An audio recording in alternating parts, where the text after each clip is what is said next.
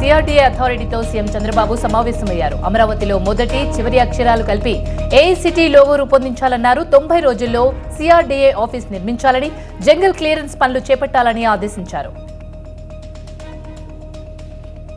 CRDA కార్యాలయ నిర్మాణం చేపట్టాలని ప్రభుత్వం నిర్ణయించిందన్నారు మంత్రి నారాయణ. 160 కోట్ల రూపాయలతో సిఆర్డీఏ ప్రధాన కార్యాలయం ఏర్పాటు చేస్తామన్నారు. మున్సిపాలిటీలకు సంబంధించిన అన్ని విభాగాలు అందులో ఉంటాయన్నారు. త్వరలోనే హ్యాపీనెస్ అపార్ట్మెంట్ల నిర్మాణము చేపడతామన్నారు.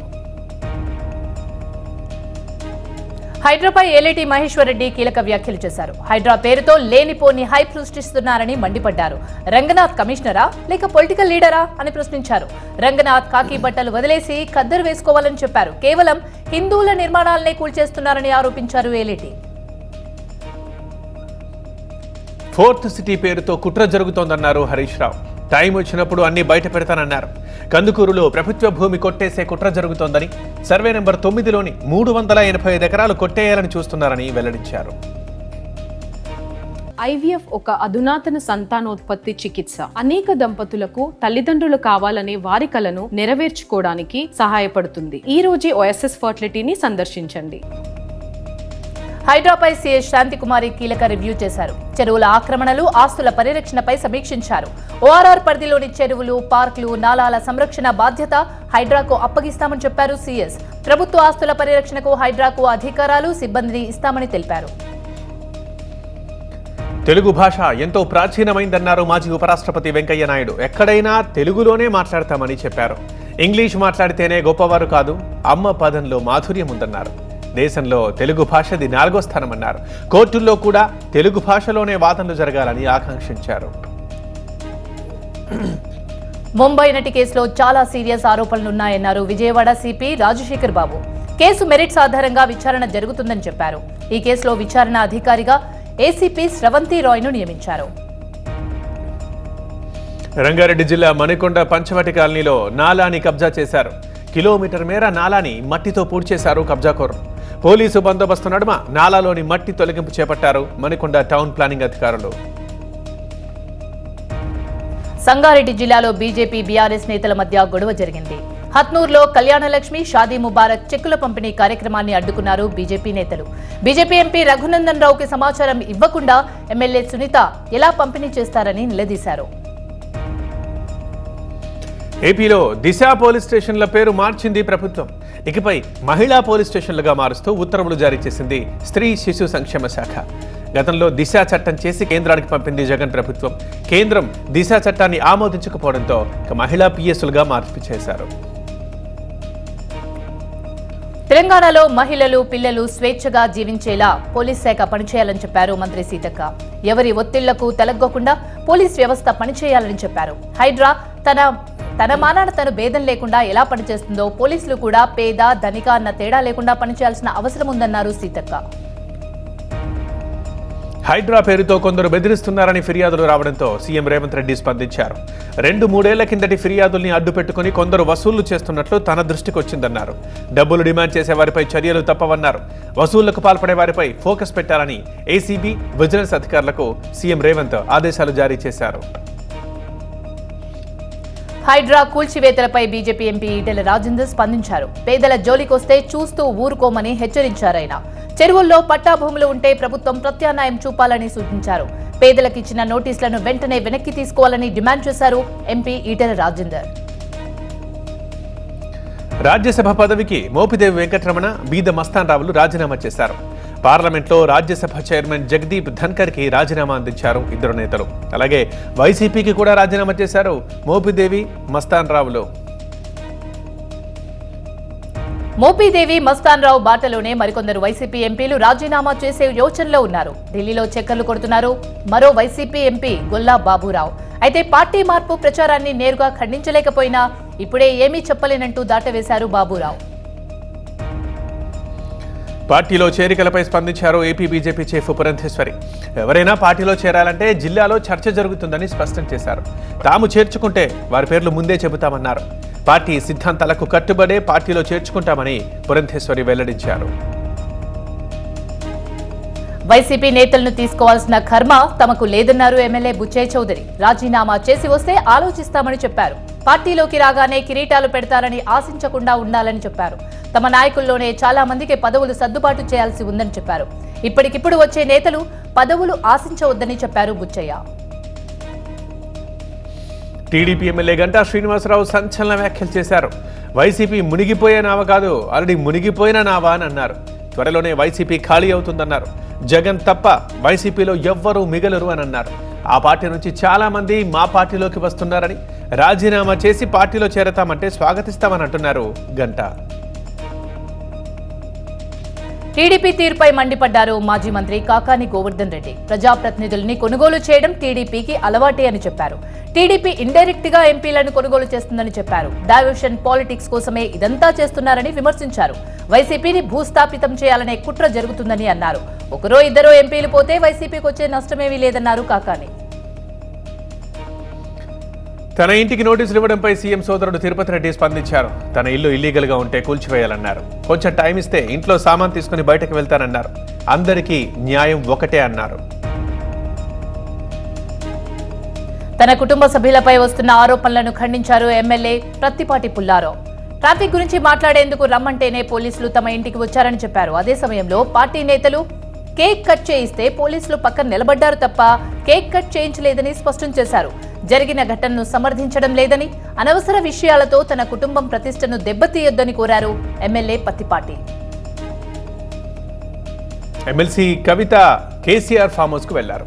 10 రోజుల పాటు ఫామ్ హౌస్ లోనే ఉండనున్నారు కవిత. 10 రోజుల తర్వాత అందరికీ అందుబాటులో ఉంటారని తెలిపారు. అందుకు సహకరించాలని కార్యకర్తలు, అభిమానులకు ఆమె విజ్ఞప్తి చేశారు. ఢిల్లీ లిక్కర్ స్కామ్ కేసులో సుప్రీంకోర్టు ఈడీ, సీబీఐ కేసులో బెయిల్పై బయటకొచ్చిన ఎమ్మెల్సీ కల్వకుంట్ల కవిత మరో ట్వీట్ చేశారు. సత్యమేవ జయతే అంటూ ఆమె ట్వీట్ చేశారు. ఎప్పటికైనా సత్యమే గెలుస్తుందని ట్వీట్ చేశారు కవిత. ప్రజాపాలన వచ్చాక కరీంనగర్ భూ అక్రమాలపై ఉక్కుపాదం మోపామంటున్నారు మంత్రి పొన్నం ప్రభాకర్. తెలంగాణ రాష్ట్రంలో పేదవాడి భూముల్ని ఆక్రమించిన, ప్రభుత్వ స్థలాల్ని కబ్జా చేసినా ఊరుకునేది లేదన్నారు. కరీంనగర్ని అవినీతి రహితంగా ఉంచాలని అధికారులకు సూచించారు. చెరువులు కబ్జాకు గురైతే అధికారుల దృష్టికి తీసుకురావాలన్నారు పొన్నం. తెలంగాణ వైద్య ఆరోగ్య శాఖ అధికారులతో వీడియో కాన్ఫరెన్స్ నిర్వహించారు మంత్రి దామోదర్ రాజనరసింహ. సీజనల్ వ్యాధులు, డెంగ్యూ పరిస్థితులపై అన్ని జిల్లాల డిఎంహెచ్ఓలను ఆరా తీశారు. డెంగ్యూ కట్టడికి తీసుకున్న చర్యలను అడిగి తెలుసుకున్నారు. డిఎంహెచ్ఓలతో వీడియో కాన్ఫరెన్స్ తర్వాత వైద్య శాఖ ఉన్నతాధికారులతో సమీక్ష నిర్వహించారు మంత్రి.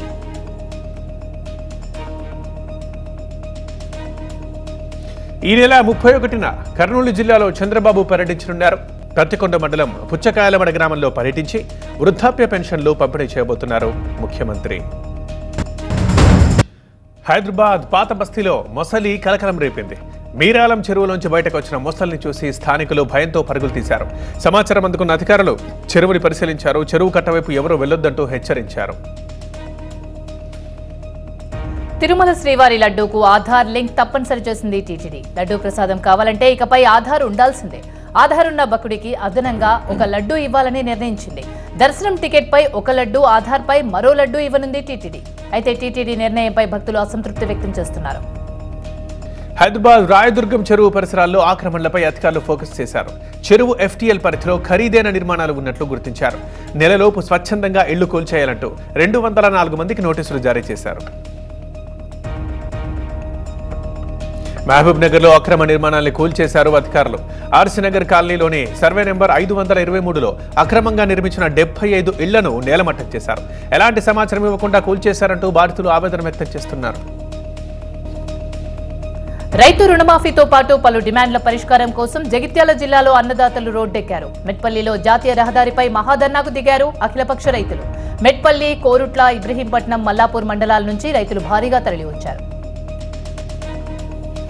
శ్రీశైలం మహాక్షేత్రంలో బంగారు రథోత్సవం కన్నుల పండువగా జరిగింది. తొలిసారి స్వర్ణ రథోత్సవంపై ఆలయ మాడ వీధుల్లో విహరించారు భ్రమరాంభ సమేత మల్లికార్జున స్వామివారు.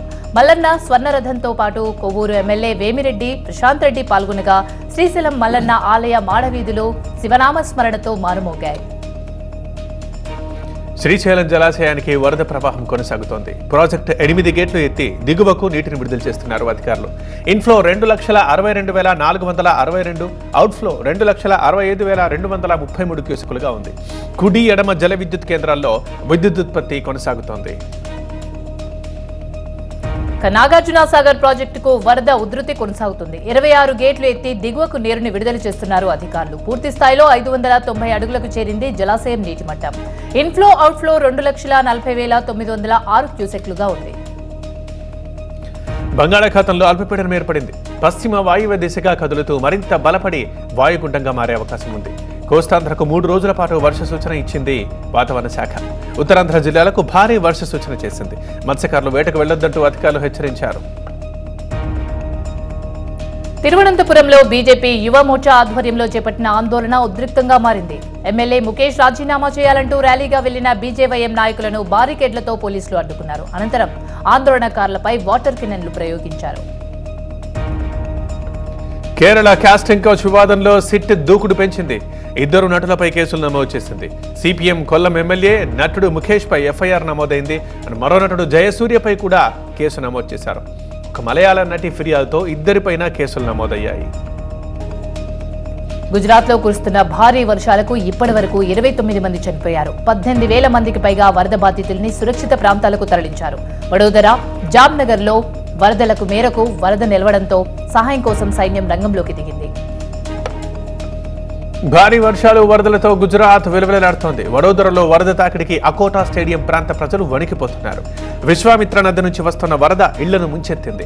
మొసళ్లు, పాములు కనిపించడంతో దిక్కుతోచని స్థితిలో ఉన్నారు ప్రజలు. రాష్ట్ర వ్యాప్తంగా ఎక్కడ చూసినా వరదే కనిపిస్తోంది.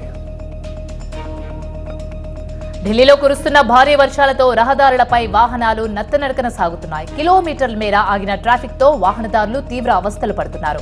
ట్రాఫిక్ ను క్లియర్ చేసేందుకు పోలీసులు శ్రమిస్తున్నారు. జైల్లో రాజభోగాలు అనుభవిస్తున్నారన్న ఆరోపణలతో కన్నడ నటుడు దర్శన్ పై అధికారులు చర్యలు తీసుకున్నారు. భారీ బందోబస్తు నడుమ దర్శన్ ని అనంతపురం మీదుగా బళ్ళారి జైలుకు తరలించారు.